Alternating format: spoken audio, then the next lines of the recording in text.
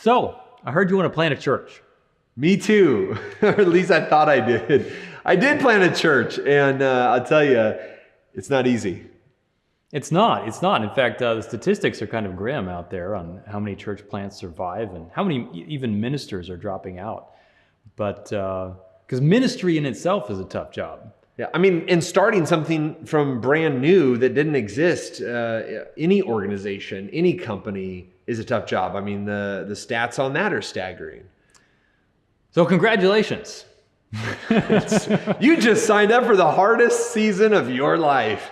We're here to congratulate you.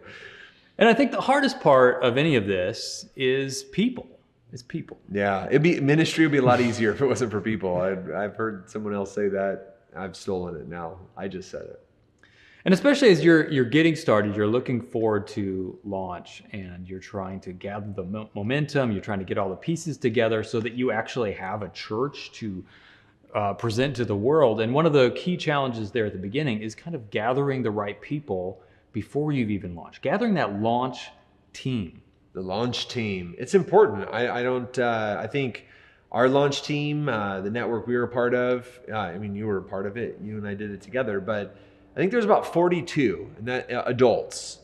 And what I mean by adults is anyone over 10 years old. Yes. And it's a challenge. As you go to begin, you're trying to scrounge up all the people you can because you know you've got all these positions to fill, all of the kids workers and worship team and greeters and all of that. And so you're taking anyone and everyone.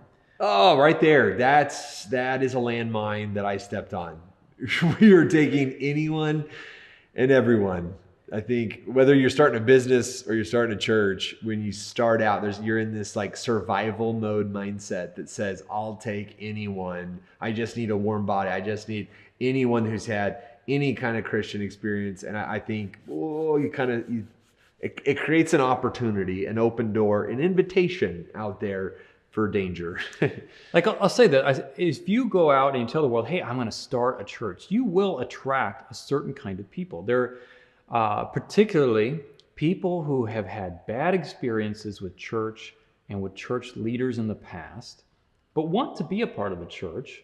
You know, they're believers. They are going to be attracted to the idea of a new church that they can be a part of from the very beginning and therefore, have realized some of their ideas and their dreams about what church should be that maybe the last church they were a part of just didn't live up to for them. But if you look into these people, you may find that there's actually been a pattern of that in the past, and that they might have really high expectations for what a church and a church leader should be, and none of the churches and church leaders that they've interacted with in the past have seemed to live up to that for them. Right, but I thought I was like the Messiah who could fix that, right? We were the answer. We wanted to reach the unchurched and the de-churched and the burned by the church. I said that, and honestly, that third group is a tough one. It's a tough one. My heart goes out to their past experience where they got burned, and sometimes people that got burned didn't get unburned. They didn't get healed from that burn. And then that can just begin to play on. They come in with a different lens. They come in with a different luggage, baggage, whatever it is. Here's one warning sign for that. When they come in and they're complaining to you at all, ever, about that last pastor. And they will, whether you've been around for a short time or a long time, someone's going to come up and they're going to complain to you about their last church. What I found is chances are, and you've probably heard this at conferences before too, that you're going to be next on the list. Mm-hmm. One thing that I started doing and didn't learn this right away, I was like, oh, you're a Christian? You know how to run sound? You're now the director, or, oh, you know how to do graphic? Oh, you know how to do music? We'll put you up on the stage. We need people to do music. We need, again, taking anybody. But what I learned when people would tell me, vent to me about their last church or their past church, however bad it was, I would just confess immediately that I'm worse at that thing. Right? So they come in and say, you know what? I'm leaving my last church. They always talk about money. And I was like, oh, I know that church. I talk about money a little bit more than they do, whether it was true or not. My last church, he just only wanted to see, evangelism happen. I had somebody say that they were just about the lost. Oh, I know that church. I'm actually more about the lost. I'm actually more about whatever. And that seemed to nip the conversation in the bud sometimes. Yeah, and so you may lose some people in that conversation, but it's important to set those expectations. You're going to have to work extra hard because you can say a thing, but they're going to hear a different thing. I hate that. I hate that that's true. And I think it's especially true in this church formation process where you start talking about this new church, and you can start casting the vision for those values and those goals, and they are going to translate those in their minds into their values and their goals for a church. And so you're just going to have to communicate double, triple what you thought was necessary. And also, when it comes to that, you've got to find and surround yourself with people who are mature enough to listen and hear and work that dialogue out with you. So if I were to do it again, I think I would try to find a way not to be as financially dependent on that future church. And I know I'm getting real here for a second, but believe it or not, church planters often hope that this church will supply their family's needs, their team needs. They know that it's going to be difficult at first and we're going to raise some money, but that is so often the goal in modern America, right where we're at right now. That's a goal, probably a goal of yours. And of course it's going to happen. I wish I'd have gone in with some sort of financial sustainability, whether it was raised or even second income, even bivocational, but yet super flexible. I don't know what that looks like for you. I know there are some right now. That conversation is growing in America. How can you do relevant bivocational ministry, conferences that are springing up, conversations that are happening about how can you do that? Because in some contexts, like the urban core, that becomes a necessity. Because it's maybe not as sustainable as the suburbs. But I wonder if the suburbs are super sustainable in areas that don't have a high evangelical base, meaning a lot of, like the suburbs we planted in, only less than 1 out of 10 had ever been to an evangelical church, let alone were ready for mature leadership. So financial sustainability. Just think through it. I don't know what that looks like for you, but that's something that you're going to really want to plan through and not just hope it happens really great, like these, super success stories that you've read about or even are being mentored by, honestly. But I'd also look at the team and pick, I would wait. I would try to, then that's where the financial piece comes in. I would wait to launch until I had those key people around me that had that maturity level, education level, experience level, that were like, I could trust, and relational level. Like there was a relational season that you had gone through, not just a month, not just 6 months. I think ours was like a 10-month ramp up. I wish it had been more like 18 months, a longer season of doing life together, projects together, go through the calendar together before planning the grand opening, because just stuff can happen during that time. Shifts can happen. You can reveal who they are, their vision, their values compared to your vision, your values. Who is able to resolve conflict with you? Who's really going to be able to lead other future leaders with you?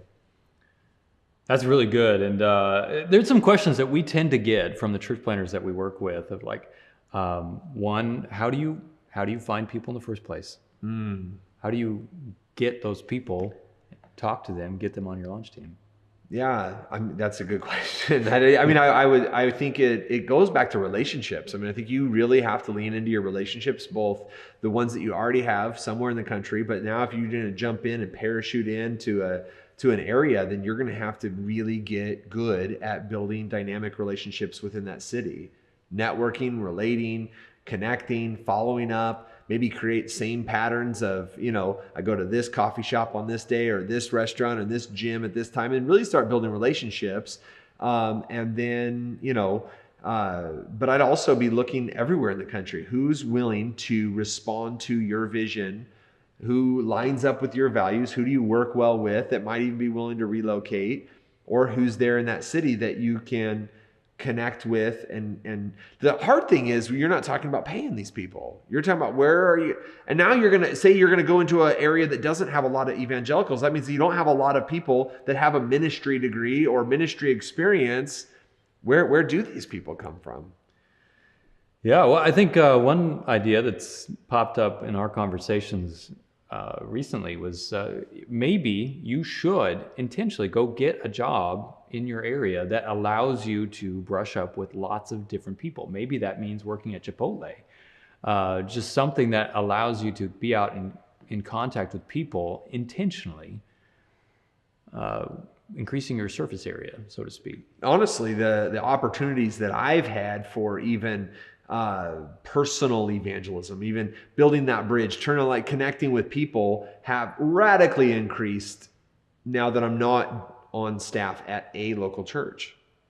I don't know if it made me more approachable or just my eyes were open to it, but as I've networked around even my city that I've been in for 11 years, there's way more relational connection, way more relational opportunity because my vocation isn't in a local church, even though a lot of what I do is still very related to a local church. I also think I've been more intentional about being out there networking because I'm not just in one local church. I'm out there building relationships. I also think there's something about being in a city for 11 years that naturally leads to that, and which means maybe that parachute in. I also see a lot of church plant, a lot of our clients that are, I'm going to jump in. Yeah, we're gonna move in June and we're going to launch in August. I'm like, maybe like no one even knows you. And I don't know. I think, yeah, you can market well. People, you can get the word out really well. It is possible to create that. But the truth is you can market yourself to death, meaning good advertising is only going to kill an organization quicker if it doesn't have the goods to deliver. Yeah, and that's the challenge, right? And building up the launch team is a huge percentage of that. Like that's where you have to infuse your culture, your values, and your systems, your procedures, and so that you can do church and do it in such a way that people come in and they feel that breath of fresh air and they experience something that makes them want to come back. And to do that, you're going to have to invest in that team and build them up, which I think you did really well on when I'm remembering back to the launch team days. And I remember the way that you were able to give us ownership of this church while still guiding the vision.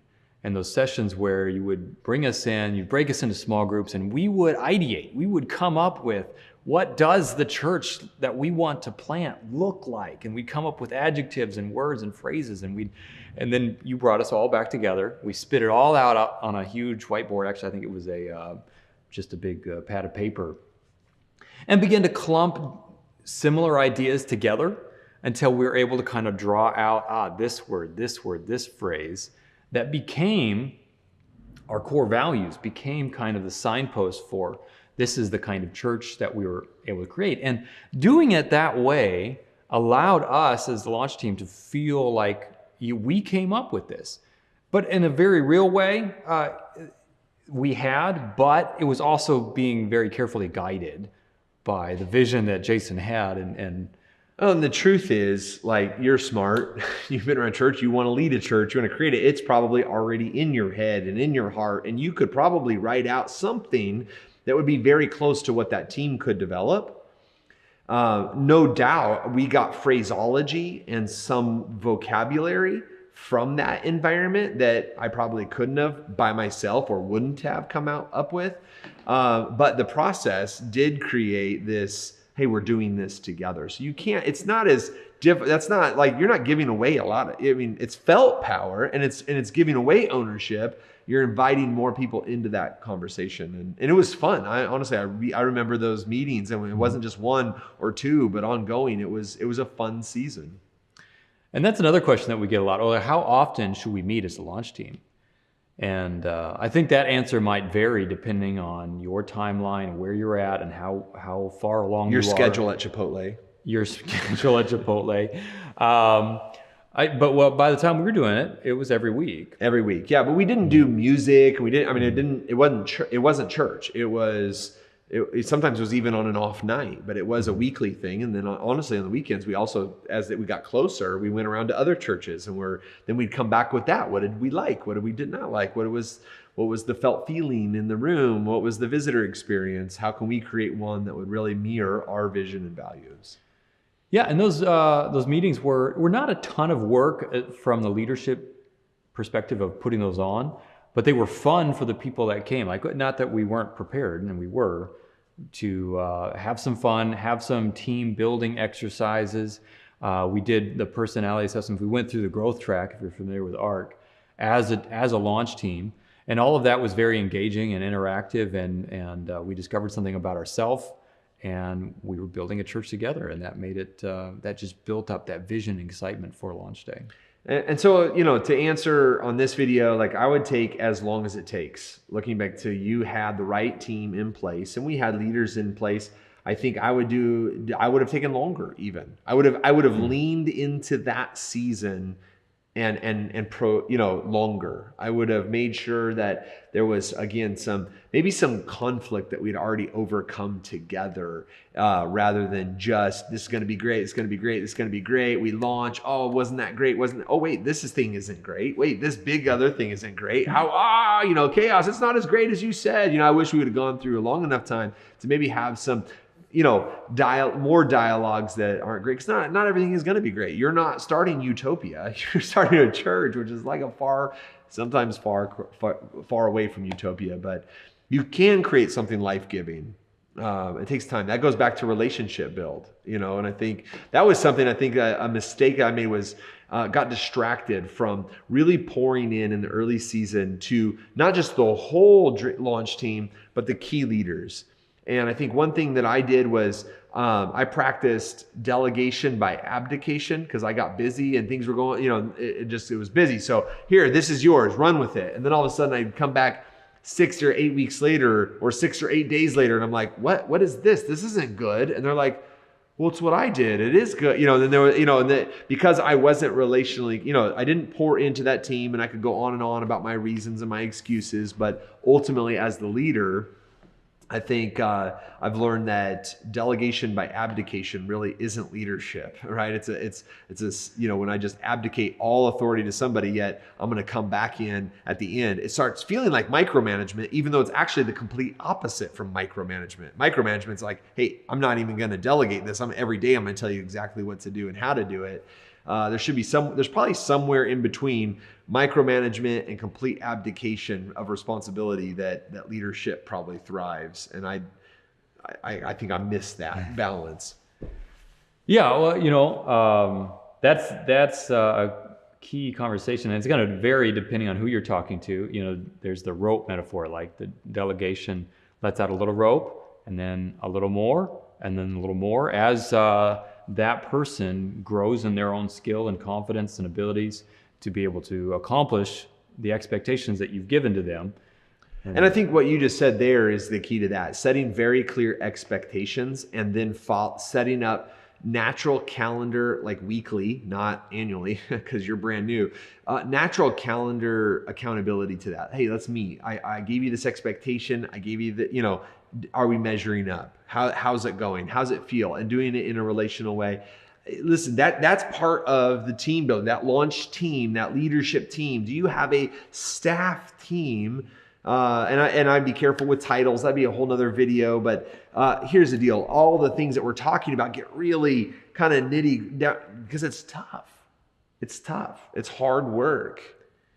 To bring it back to the beginning, church planning is hard. It's hard because ministry is hard. It's hard because entrepreneurship is hard. And leadership in that context is hard because all that you have to pay these people with is sheer vision. And emotions grow deep into this process. And it doesn't take much friction for that hurt to go really deep in your life and in their life. And so the relational strain and leadership strain, it's intense as you go through this church planning process. And I don't know that there's anything we could say that to spare you completely from that. I'm sorry, you're gonna have some of that, but you know what? it's worth it. Totally worth it. Totally worth it. What you're about to do, what you're planning on or considering doing, like it's the tip of the sword. It is the front lines. It has the greatest return, I think, on kingdom investment anywhere you could ever make with your energy, with your time, with your talent, with your leadership. You're willing to go in and advance something wonderful where it had never been before. And some of you are going to go into areas that aren't excited about having a new church. Come on, more power to you. You know, some of you are going to go into areas that need a breath of fresh air in the church, and you're going to create some stuff that is going to see lives changed. And that's really why I'm still addicted to the church plant conversation, because I want to be a part of the conversation on what it takes to reach people in our culture. And I think it's church planters like you that are going to have the greatest return on the investment of my time, my energy, my you know, whatever I can do to be a part of those conversations. That's why we're doing this today, is to be a part of that conversation. We don't want this to be a discouragement. We do want you to walk into it eyes wide open. If there's any landmine I've ever stepped on that I could say, hey, you know, you might not want to step there, then more power to you. Man, I'd love to know what hurdles are you facing? What landmines have already exploded, or what ones would you like to avoid? Maybe what are some ways, you know, creative ways for financing, creative ways for team building? Whether it's in the comment section here, whether it's one-on-one, whether it's in your city apart from us, like just be a part of a conversation that talks about how can we do this well. That's what we were hoping to facilitate. So please leave your comments and or reach out. We'd love to be a part of the conversation with you.